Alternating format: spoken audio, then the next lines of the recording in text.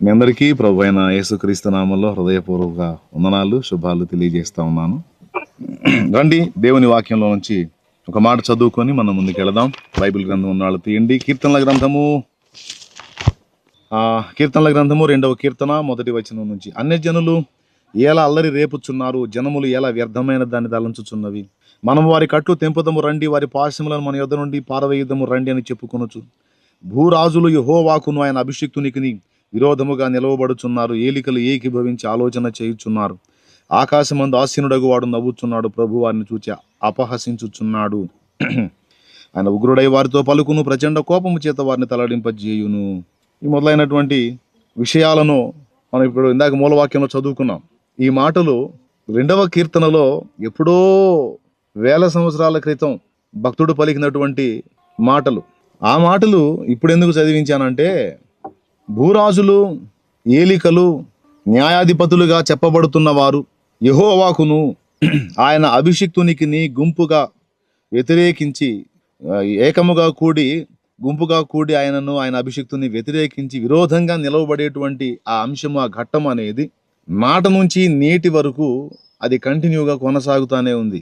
ఎందుకు అలా కొనసాగుతుంది అంటే, మొట్టమొదట ఈ భూమండలాన్ని దేవుడు సృష్టించిన తర్వాత మానవుడిని సృష్టించి దీని మీద అధికారాన్ని మానవుడికి ఇచ్చాడు దేవుడు.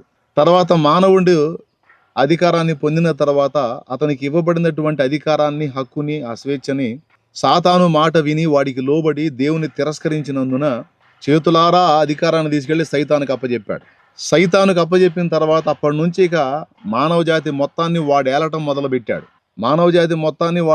మొదలుపెట్టి వాడు అప్పటి నుంచి ఇప్పటిదాకా మానవ జాతిని వదిలిపెట్టకుండా ఇక్కడే వాడి స్థానాన్ని సుస్థిరం చేసుకోవడానికి తిప్పలు పడతా ఉన్నాడు.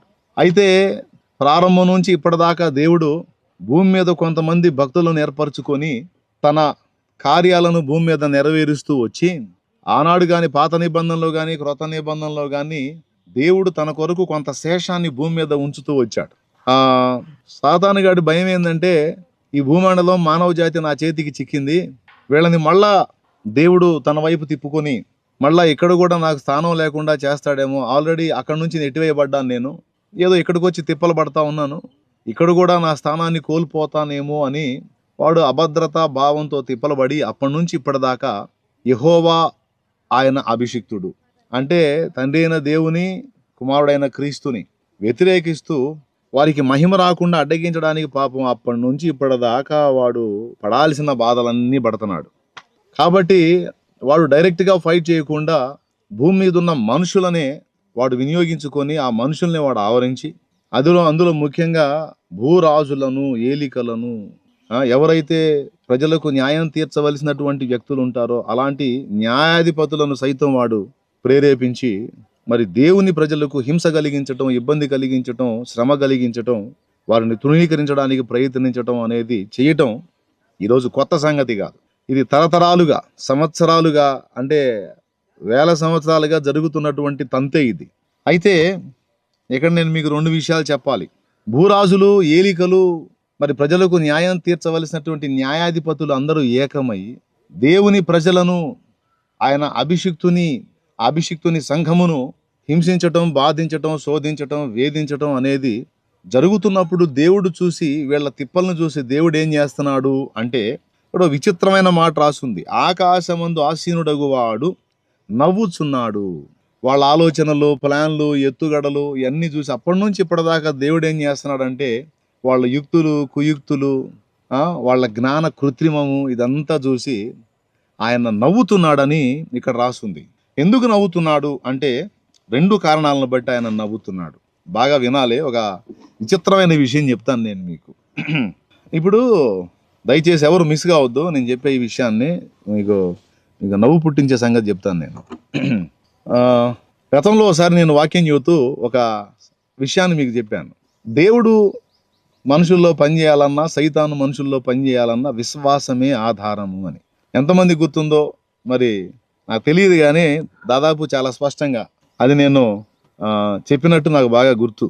అది కూడా ఒకసారి కాదు, 2-3 సార్లు నేను ఆ విషయాన్ని అందించాను. దేవుడు భూమి మీద మనుషుల్లో పనిచేయాలన్నా, సైతాను పనిచేయాలన్నా ఖచ్చితంగా విశ్వాసమే ఆధారం అని చెప్పాను నేను. ఏది ఆధారం? విశ్వాసం. విశ్వాసాన్ని ఆధారం చేసుకుని దేవుడు కదులుతాడు. దేవుణ్ణి కదలకుండా కట్టి పడేసేది ఏదన్నా ఉంది అంటే అది అవిశ్వాసం. ఇప్పుడు విశ్వాసాన్ని బట్టి పేతురు నీళ్ళ మీద నడిచాడు. ఎప్పుడైతే సందేహం వచ్చి విశ్వాసం బలహీనపడిందో నీళ్లలో మునిగిపోసాగాడు. అంటే అవిశ్వాసము లేక సందేహం అనేది దేవుని శక్తిని అడ్డగిస్తుంది, దేవుని కార్యాలు జరగకుండా అడ్డుపడింది. కాబట్టి ఇప్పుడు దేవుడు తన పనులు నెరపాలంటే ఖచ్చితంగా విశ్వాసమే కావాలి.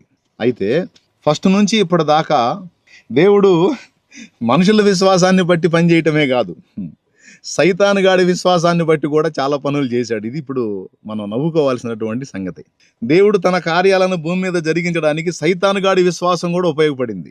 సైతాను గాడి విశ్వాసం ఉంచటం ఏంది, సైతాను గాడి విశ్వాసం దేవుడికి ఉపయోగపడటం ఏంది అనేది మీకు డౌట్ రావాలి. మరి అదే కొంచెం డెప్త్గా ఆలోచిస్తే ఈ పాయింట్ మీకు అర్థమైద్ది. ఇప్పుడు సైతాను కూడా దేవుని సృష్టిలో భాగమే కదా, మనం దేవుని సృష్టిలో భాగమే, సృష్టికర్త దేవుడు.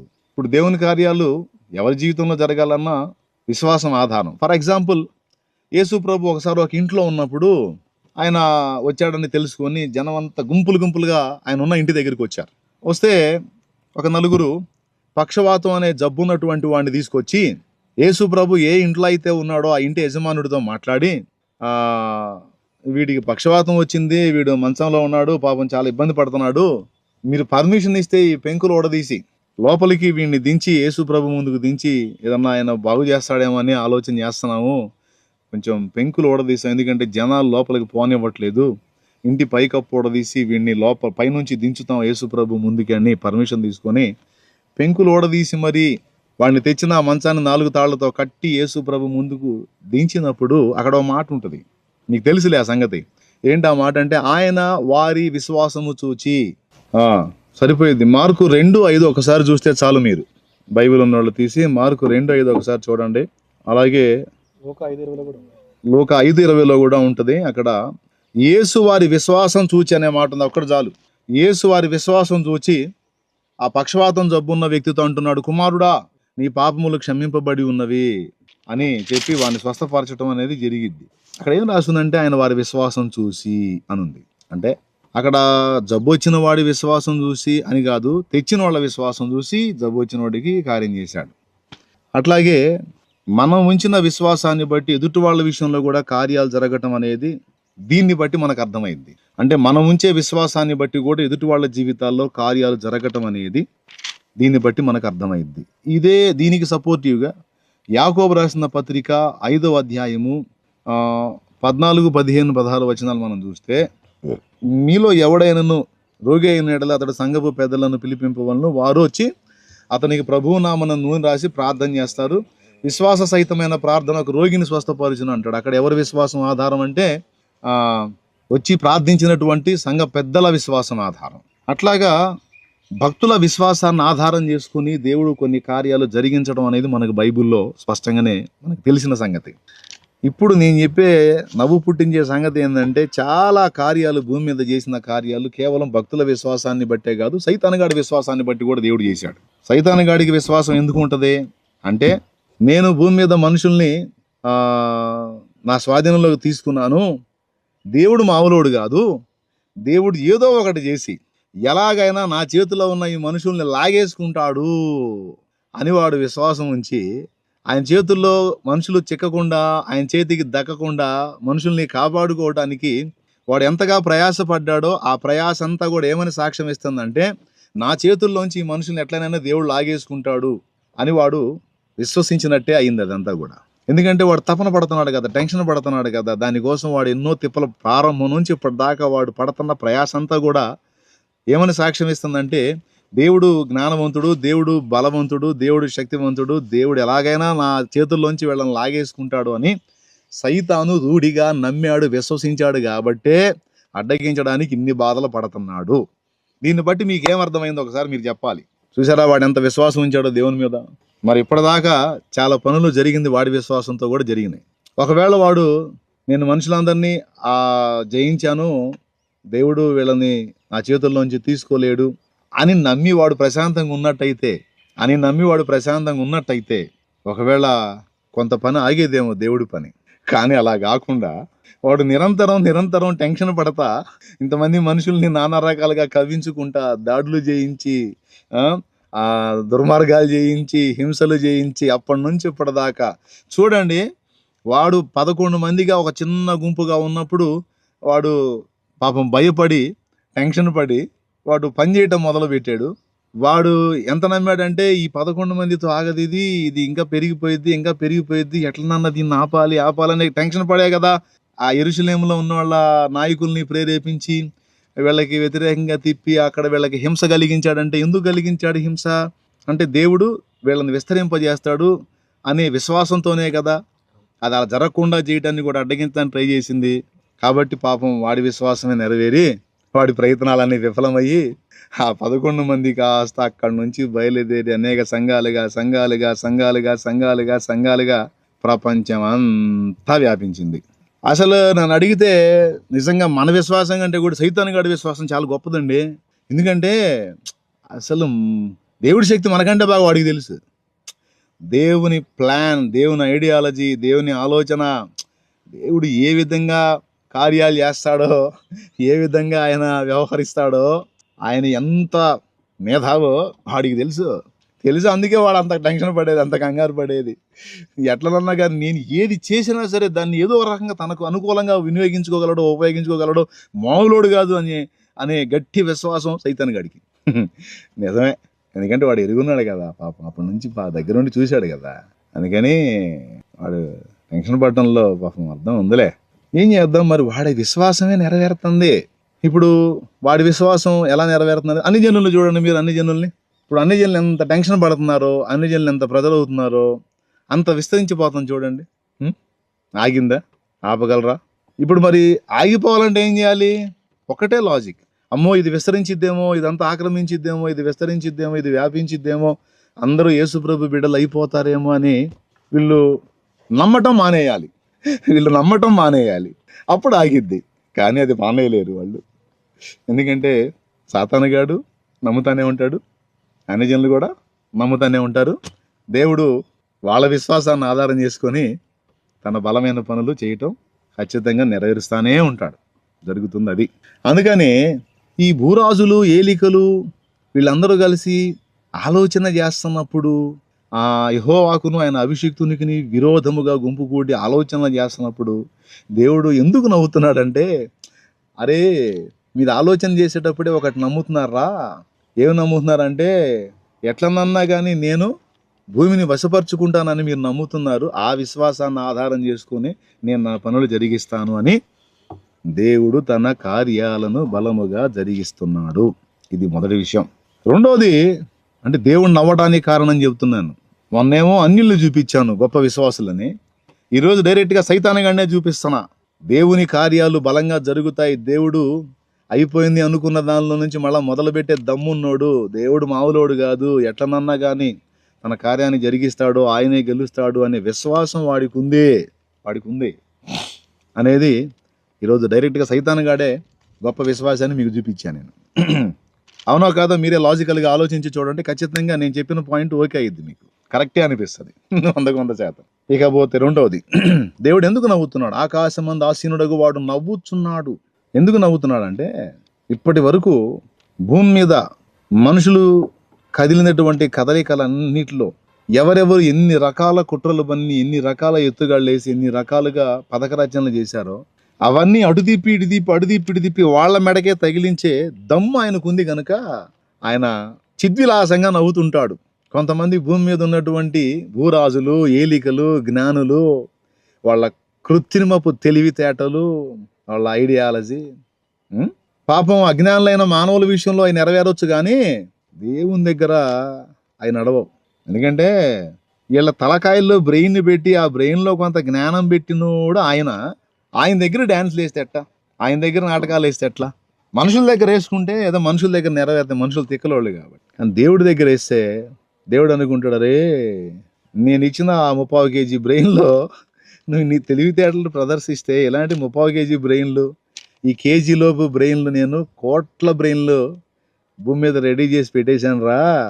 ఇన్ని బ్రెయిన్లు తయారు చేసి ఇన్ని బ్రెయిన్లకు ఐడియాలజీ, ఆలోచన విధానాన్ని ఇచ్చిన ఆ ఐడియాలజీ, ఆలోచన ఎలా ఉంటుందో తెలుసురా మీకు? తెలుసా? చేయండి అని ఆయన నవ్వుకుంటున్నాడు. ఆయన నవ్వే దానిలో రెండవ కారణం అది. ఎంత చెడగొట్టాలని చూసినా ఒకసారి ఆ, నేను కూర్చునే ఆ, బలిపీఠం మీద నా వెనక వారం వారం కూటానికి బ్యాక్గ్రౌండ్ మారుస్తూ ఉంటారు.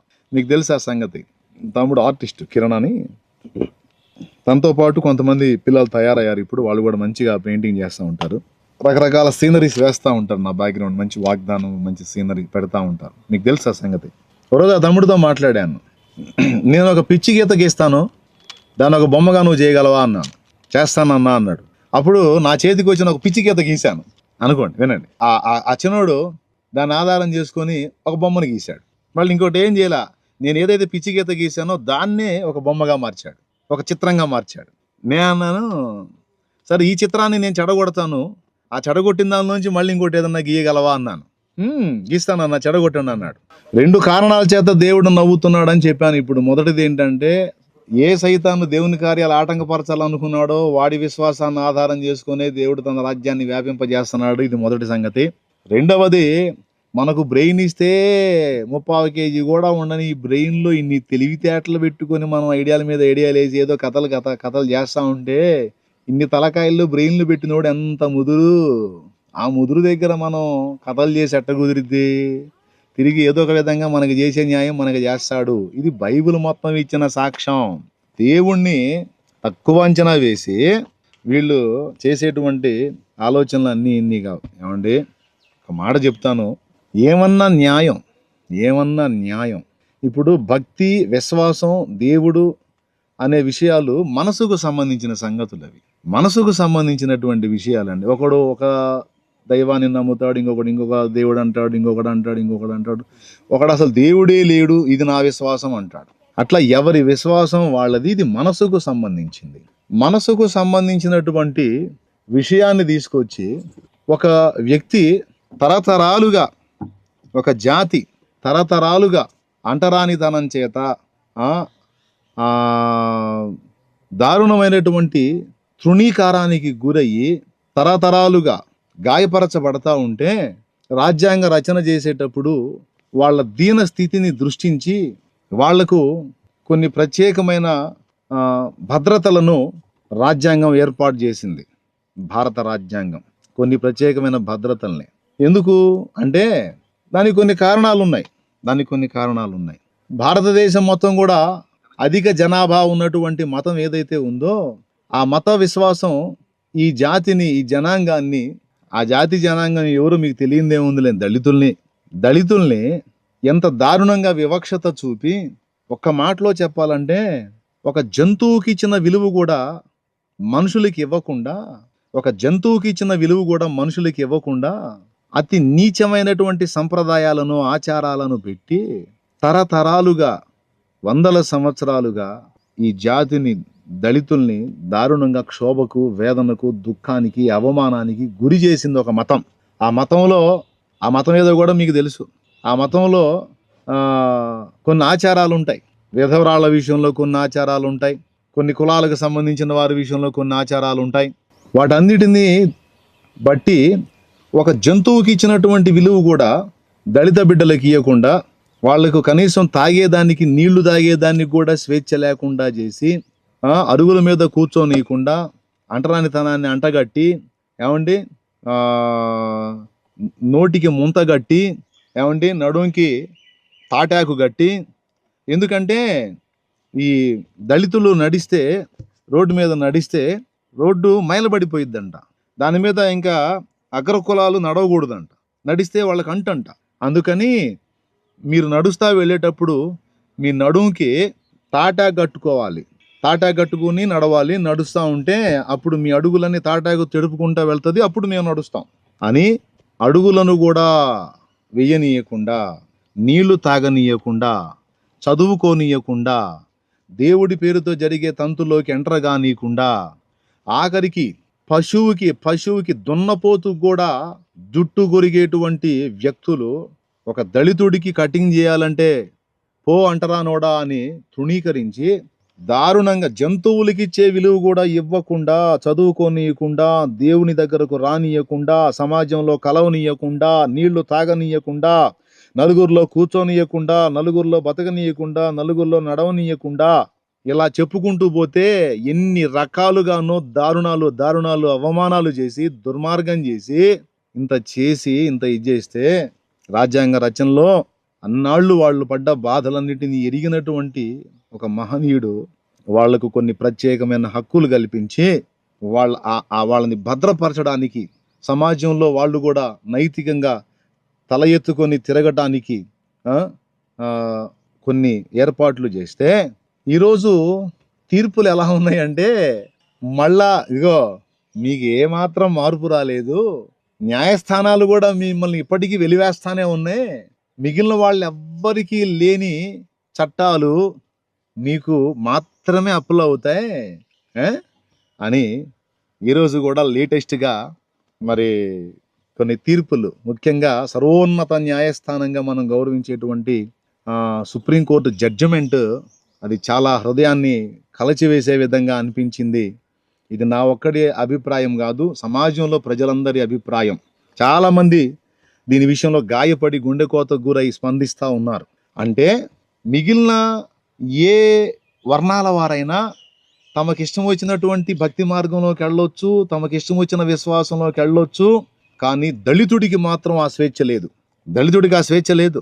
అంటే దళితుడంటే సర్వోన్నత న్యాయస్థానానికి కూడా ఇంత చిన్న చూపు ఉంటుందని నేను అసలు భావించలేదు. మరి ఎవ్వరికీ లేని ఈ ఈ చట్టాన్ని లేకపోతే ఈ తీర్పుని దళితులకు మాత్రమే ఎందుకు ఇచ్చారు? దళితులకు మాత్రమే ఎందుకు ఇచ్చారు? ఇప్పుడు ఎస్టీ ఉన్నాడు, ఎస్టీ వేరే మతంలోకి మారితే వాని స్థానం అంతే ఉంటుంది. బీసీ ఉన్నాడు, బీసీ వేరే మతంలో మారితే వాడు బీసీగానే ఉంటాడు. ఓసీ వేరే మతంలో మారితే వాడు ఓసీగానే ఉంటాడు. ఒక ఎస్సీ మాత్రం వేరే మతంలోకి మారితే ఎందుకని అతని హక్కులు పోగొట్టుకుంటున్నాడు? ఎందుకు పోవాలి? అంటే ఎస్సీలు అంటే సర్వోన్నత న్యాయస్థానాన్ని కూడా చిన్న చూపేనా? అరే ఎంత దారుణం ఇది. ఏమండి, ఒక మాట, మతం అంటే అభిప్రాయం అయినా నాకు అర్థం కాదు. భారతదేశంలో హిందూ మతాన్ని, సిక్కు మతాన్ని, బౌద్ధ మతాన్ని అధికారిక మతాలుగా రాజ్యాంగం ప్రకటించిందా? ఈ 3 మతాలే అధికారికమైన మతాలు. హిందూ మతం అధికారిక మతం. ఇప్పుడు ఉదాహరణకి మీకు ఒక మాట చెబుతానండి. జాతీయ జెండా మువ్వన్నెల జెండా, జాతీయ గీతం జనగణమన, జాతీయ జంతువు పెద్ద పులి. ఏమండి, అలాగే మరి జాతీయ మతంగా హిందూ మతాన్ని చేశారా? సిక్కు మతాన్ని చేశారా? బౌద్ధ మతాన్ని చేశారా? ఏ మతాన్ని చేశారు? ఏ మతం జాతీయ మతం అని రాజ్యాంగంలో రాసి ఉంది? ఏ ఆర్టికల్లో ఉందో దయచేసి చెప్పాలి. ఫలానా మతాలు అధికారిక మతాలు, ఇక్కడ ఈ మతాలే ఉండాలి, ఈ మతాల్లోనే ఉండాలి, ఇంకా వేరే మతంలోకి వెళ్ళకూడదు, వెళితే వాడు తన హక్కును కోల్పోతాడు అని ఏ ఆర్టికల్లో చెప్పారు? మరి ఎప్పుడు దీన్ని చట్టం చేశారు? ఏ విధంగా చేశారు? నాకైతే అర్థం కావట్లా. మరి ఆర్టికల్ 15, ఆర్టికల్ 25, ఆర్టికల్ 15లో ఏముంటుందంటే జాతి, మత, కుల, లింగ వివక్షత చూపకూడదు. ఆర్టికల్ 15లో ఉంటుంది. ఆర్టికల్ 14, 15. అలాగే ఆర్టికల్ 25లో ఒకడు భారతదేశ పౌరుడు, ఏమండో భారతదేశ పౌరుడు అంటే దళితుడు మినహాయించి అని లేదండి. ఏమండి, దళితుడు అని లేదండి. దళితుడు ఒక్కడే మినహాయింపని లేదండి. అంతరాత్మ ప్రబోధానుసారం ఒకడు తనకిష్టం వచ్చినటువంటి మతమును అవలంబించవచ్చు, దాని ప్రచారం కూడా చేసుకోవచ్చు అని ఆర్టికల్ 25లో ఉంది. అంతేగాని ఇదిగో ఈ మతం అధికారిక మతం, ఇందులోనే ఉండాలి, ఇందులో నుంచి పక్కకు పోతే మీకు హక్కులు వర్తించవు అనే అభిప్రాయాన్ని రాజ్యాంగంలో ఎక్కడ కూడా వెల్లడి చేయలేదు, ఏ ఆర్టికల్లో లేదు. మరి దేనాధారంగా ఇప్పుడు నేను 341 ఆర్టికల్ అంటే 341లో చెప్పబడిన దాని ప్రకారం మేము జడ్జిమెంట్ ఇచ్చామని సుప్రీంకోర్టు వారు సెలవిచ్చారు, గౌరవ సుప్రీంకోర్టు వారు. మరి అప్పుడు మరి ఆర్టికల్ 15, ఆర్టికల్ 25 అలాగే మరికొన్ని ఆర్టికల్స్లో భారతదేశంలో ఉన్నటువంటి పౌరులందరికీ ఇవ్వబడినటువంటి హక్కులను ఇది శాసిస్తుంది కదా ఈ జడ్జిమెంటు. ఏమంటే అంటే ఒక ఆర్టికల్ని రెస్పెక్ట్ చేస్తూ మిగిలిన 3-4 ఆర్టికల్స్ని తృణీకరించినట్టుగా అవుతుంది కదా, తుంగలో దొక్కినట్టు అవుతుంది కదా. మరి సమన్యాయం జరిగించాలి కదా. అంటే అడిగేవాళ్ళు లేడు, ప్రశ్నించేవాళ్ళు లేడు, గొంతెత్తేవాళ్ళు లేడు. ఎందుకంటే మిగిలిన వాళ్ళు అయితే పాపం పోరాటాలు చేస్తారు, కానీ దళితులు ఏం చేస్తారండి? దళితులు పాపం అనే వివక్షత అనేది ఎక్కడో పల్లెటూళ్ళలో అక్కడక్కడ ఉందనుకున్నాం కానీ ఇది top to bottom, bottom to top అన్నదాకా చివరికి సర్వోన్నత న్యాయస్థానం దగ్గర కూడా ఇలాంటి వివక్షత కనబడటం మనకి చాలా గాయం కలిగించే విషయం. నాకైతే చాలా గాయం కలిగించింది. దీని విషయంలో మాట్లాడకుండా ఉండలేకపోతున్నా. ఒక మాట సరే పర్వాలేదండి, ఇప్పుడు అందరూ దీని విషయంలో మాట్లాడాలి, స్పందించాలి. భారతదేశం యొక్క గొప్పతనం ఏంటంటే కోర్టులు సుప్రీం కాదు, భారతదేశంలో ప్రజలు సుప్రీం. ప్రజలు సుప్రీం అండి. ప్రజల కొరకు కోర్టులు ఉన్నాయి, ప్రజల కొరకు చట్టాలు ఉన్నాయి, ప్రజల కొరకు ప్రజాప్రతినిధులు ఉన్నారు, ప్రజల కొరకు నాయకులు ఉన్నారు, ప్రజల కొరకు అధికారులు ఉన్నారు. భారతదేశంలో ప్రజలే రాజు. భారతదేశంలో వేరే రాజు లేడు, ప్రజలే రాజు.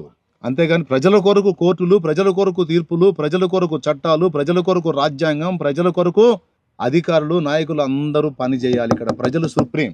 దీన్ని మళ్ళీ ఎందుకు చెప్తున్నానంటే అవసరమైతే ప్రజలు ఈ అభిప్రాయంతో ఏకీభవించకుండా ప్రశ్నిస్తే, అవసరమైతే సర్వోన్నత న్యాయస్థానమైనా సరే తన తీర్పుని వెనక్కి తీసుకోవాలి, తన అభిప్రాయాన్ని వెనక్కి తీసుకోవాలి. గతంలో అలా కొన్ని అంశాలకు వెనక్కి తీసుకున్నారు, అది కూడా ఉంది. గతంలో ఇలాంటి తీర్పులు కొన్ని, ఈ తరహాలో ఇచ్చిన తీర్పులు కొన్ని సర్వోన్నత న్యాయస్థానం వెనక్కి తీసుకుంది. ఈ విషయంలో కూడా అలానే జరగాలి. దీనికి ప్రజలందరూ కూడా స్పందించాలి. ముఖ్యంగా దళిత బిడ్డలే కాదు, అన్ని వర్గాలలో ఉన్నటువంటి బిడ్డలందరూ కూడా స్పందించాలి. ఎందుకంటే తరతరాల దుర్మార్గానికి గురై నాటి నుంచి నేటి వరకు కూడా గౌరవానికి నోచుకోకుండా తృణీకారం పొందుతున్నటువంటి దళితులు ఈరోజు ఏమన్నా అందరాలు ఎక్కారా? ఈరోజు కూడా ఏ పల్లెటూరుకు పోయినా ఊరుగానే ఉంది, పల్లెగానే ఉంది కదా. పల్లె పోయి ఊళ్ళో కలిసిందా? ఏడ కలిసిందో చూపించు. పల్లె ఊరు బయటే ఉంది కదరా నాయనా అంటున్నాను. ఎవరినైనా ప్రశ్నించే వాళ్ళని, మన సహోదరులను అడుగుతున్నాను నేను. ఏమండి ఒక్కసారి ఆలోచించండి మీరు. అబ్బాయి మీరు యేసుప్రభుని నమ్ముకున్నారు కాబట్టి ఇక మీరందరూ కూడా ఊళ్ళోకి వచ్చేసి ఊళ్ళో ఇల్లు కట్టుకోండి అమ్మా అన్నారా? ఏమండి ఆఖరికి వాళ్ళు చర్చి కట్టుకొని యేసుప్రభుని ఆరాధించుకున్న పాపం పల్లెలోనే కదండి, పల్లెలోనే కదా ఉన్నారు, ఊళ్ళోకి రాలేదు కదా. ఇంకొకటి కూడా అండి, ఊళ్ళో ఉన్న వాళ్ళు పల్లెలో చర్చికి వెళ్తారా? ఏమండి నేను చెప్తాను, పచ్చి నిజాలు చెప్తాను. నేను కొన్ని చోట్ల చూసి మైండ్ పోయింది నాకు. కొన్ని ఊళ్ళకి సువార్త చెప్పడానికి వెళ్తే ఊళ్ళో కొన్ని కులాలు వాళ్ళ చర్చిలు వాళ్ళే కట్టుకున్నారు. అది చూసి ఏడ్చాను నేను, ఎందుకంటే బైబుల్ అలా లేదు. బైబుల్లో సమానత్వం బోధించబడితే బైబుల్ని ఎరిగిన వాళ్ళు సైతం పల్లె ప్రజల్ని తృణీకరించి ఊళ్ళో వాళ్ళు ఊళ్ళోనే చర్చిలు కట్టుకొని మా చర్చి మాకే అని హద్దులు పెట్టుకున్న చరిత్ర కూడా మాకు తెలుసు. ఈ రకంగా చూస్తే దళిత జాతి ఆనాటి నుంచి ఈనాటి దాకా అవమానాలు పొందుతానే ఉంది. ఏమండి ఈ మధ్య కాలంలో జరిగింది కదా రాజస్థాన్లో, పెళ్లి కొడుకు దళితుడు పెళ్లి చేసుకుంటా గుర్రం ఎక్కాడని అతను ఏం చేశారో మీకు తెలుసు. పల్లెలో నీళ్లు రావట్లేదని బిందెలు తీసుకొని ఊళ్ళో నీళ్లకు వస్తే బట్టలోడ తీసి కొట్టారు కదా. మర్చిపోయారా? ఈరోజు కూడా దుర్మార్గాలు జరుగుతానే ఉన్నాయి కదా. ఎక్కడ మారిపోయింది? యేసుప్రభు నమ్ముకున్నందుకు దళిత బిడ్డలు ఒక్కసారిగా టాపులోకి వెళ్ళిపోయారా? మిగిలిన వాళ్ళకి ఎవరికి లేని వివక్షత దళితులకే ఎందుకు? అయినా ఏ మతం? జాతీయ మతం అండి. మన రాజ్యాంగంలో ఎక్కడుంది మాట చెప్తున్నాను నేను. పల్లెటూరులో అగ్రకులాల అరుగు మీద పండుకోవటానికి కుక్కకు కూడా అవకాశం ఉంది. అగ్రకులాల అరుగు మీద కూర్చోడానికి కుక్కకు కూడా అవకాశం ఉంది. కానీ ఒక దళితుడు కూర్చుంటే వాడిని ఎన్ని రకాలుగా ఆ వ్యక్తిని గాయపరుస్తారో. మారిందా? అయినా నాకు అర్థం కాదు. మతం అంటే అభిప్రాయం. ఒక వ్యక్తి నిన్న మొన్నటి వరకు ఒక అభిప్రాయంలో ఉన్నాడు, తర్వాత ఆ అభిప్రాయం తప్పు, ఆ అభిప్రాయం కరెక్ట్ కాదని మరొక అభిప్రాయానికి తను వెళ్ళాడు. భారతదేశంలో ఒక వ్యక్తి తన అభిప్రాయాన్ని మార్చుకునే హక్కు అతనికి లేదా? అంటే ఏ అభిప్రాయంలో ఉండాలో కూడా మరి కోర్టులే నిర్ధారిస్తాయా? ఆ మతంలో 100 రంధ్రాలు ఉన్నాయి, 100 అభ్యంతరకరమైన సంగతులు ఉన్నాయి. వాటిని ఏమైనా సరిచేశారా మీరు? వాటి విషయంలో ఏమైనా శాసనాలు చేశారా? వాటి విషయంలో ఏమైనా హద్దులు నియమించారా? నువ్వు ఏ మతంలో ఉంటే నీకు ఇవి హక్కులు వర్తిస్తాయి అన్నావో ఆ మతంలో 100 రంధ్రాలు ఉన్నాయి.